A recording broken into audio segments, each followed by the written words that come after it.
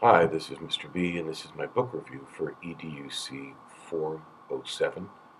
We first need to understand that STEAM is an acronym for Science, Technology, Engineering, Arts, and Math. Our author is Damon Jones. I visited his website as he asked us to. He is a Harvard University graduate in economics. He's been a classroom instructor at elementary and middle schools for 12 years. He decided to step out into the world and bravely make a difference. God bless him. And since 2014, however, there hasn't been any activity at the website related to his book, The STEAM Education Effect. The theme or thesis of that book is that the key to unlocking your financial future is science, technology, engineering, art, music, and math. I agree with the author. In fact, I am producing myself an academic tool for teaching next generation science standards. I also thought this book would probably work really well for our later um, project on project-based learning. And also this book was exclusively an ebook, something I don't like, and forced myself to use that resource in the context of our class that we're taking here on technology in the classroom. 9 chapters in the book. The basic premise is that we better get off our butt and improve our GDP as a nation. Otherwise, we are going to move from becoming a developed nation to a developing nation. The author says that the way we do that is to produce more innovators. He's incorrect. I have some experience in this world. Great reference here is Crossing the Chasm by Geoffrey Moore. And the argument in this book is that the amount of innovators, the number of innovators, is sort of a fixed thing in our economy. Um, the author ultimately has a number of arguments, and I reviewed every chapter in detail if anybody ever really wanted to get into it more. But the analysis of the book ultimately is that mechanically it's very short, and while there are 9 chapters, there's a lack of uniformity or a rhythm with which the author's message is conveyed consistently. There's a political spin to the author's work, and his current work here, this is a YouTube example, it's just a snapshot. His work has now become, it appears to be, more inspirational children's narrative that are maybe in a spiritual or religious context. And that would tell me that his inversion from having been politically bent to more spiritually bent says that he is most likely successfully crossing the chasm. It is a long and a very lonely journey. That initial work appeared very academic, um, maybe a publishing requirement for a high level degree or credentialing of some kind. Maybe he had political aspirations and was hoping to be a lobbyist in the area of STEAM. So the first 5 chapters are pretty good. The 2 chapters on money and investments are kind of pithy. I, in fact, come from an investment securities background at 663 and 26. So I can speak a little bit to there's probably really nothing there of value. The last 2 chapters are that we should follow the leaders and that he's, in fact, a leader. And that may be a case in one context, but authoritatively, his use of false flags to suggest that the U.S. is in trouble is a little concerning. He does have some limited knowledge of sort of an economic ecology.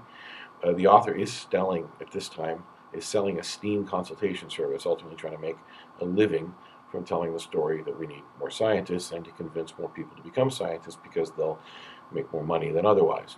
Um, the theme of the idea that STEAM is the key to unlocking your financial future, I believe, is true for me, but it may not be true for everybody else. The author's separation of the arts and STEM into a left and right brain world being sort of united is oversimplified, but I do believe he's really on target symbolically with what is, in my opinion, our greater issue, and that is that we behaviorally lack time and attention to depth and aesthetic.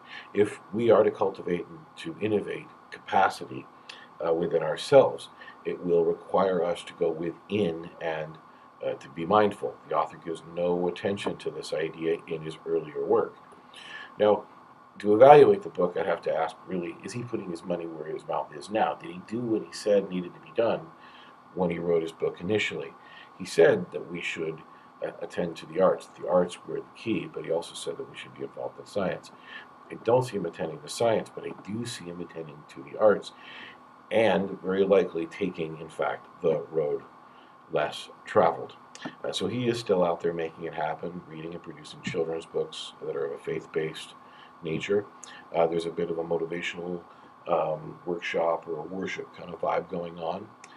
While his website isn't active, um, his YouTube activity has remained really consistent. And so the author's original overreaching premise was that um, if there were more science education, that the children would be drawn more to it, and that we would see an increase sort of in the percentage of nerds. That's not true. The percentage of nerds is sort of going to remain constant. What we will, though, have is more consumers who are smart enough to purchase the new technology, and that, sadly, is sort of, in my opinion and experience, the real truth about why we need to grow in some way. Um, Only 2.5% of the population has the capacity to be a nerd. That means um, ultimately about 1 out of 40 children. So, in conclusion, if STEAM is the new gold rush, then I would argue we should be on the side of selling the mining equipment. This author here, A.E.N. Gray, he wrote a piece called The Common Denominator of Success. It's a motivational sales piece. But ultimately, he says that success is something that is achieved by the minority of people, and that therefore it is unnatural and not to be achieved by following our natural likes and dislikes, nor by being guided by our natural preferences or prejudices. He does say in The Common Denominator you have to be driven by passion. But ultimately, you have to do the things that you don't want to do to truly be successful in the end. That is something different than being an innovator. An innovator is, again, 1 out of 40 people that comes up with a unique idea. Think of that idea now as a football. The ability to carry that football from innovation through early adoption, crossing the chasm into early majority, into late majority, which is ultimately where the profit is for the later 40% of the population. That's where the money is.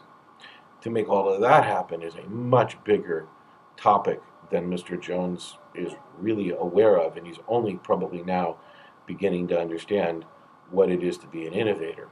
Uh, Again, 1 out of 40 kids has the capacity to be an innovator. Whether or not they are then also able to carry on and move through all of those other aspects of the marketplace to succeed is another subject.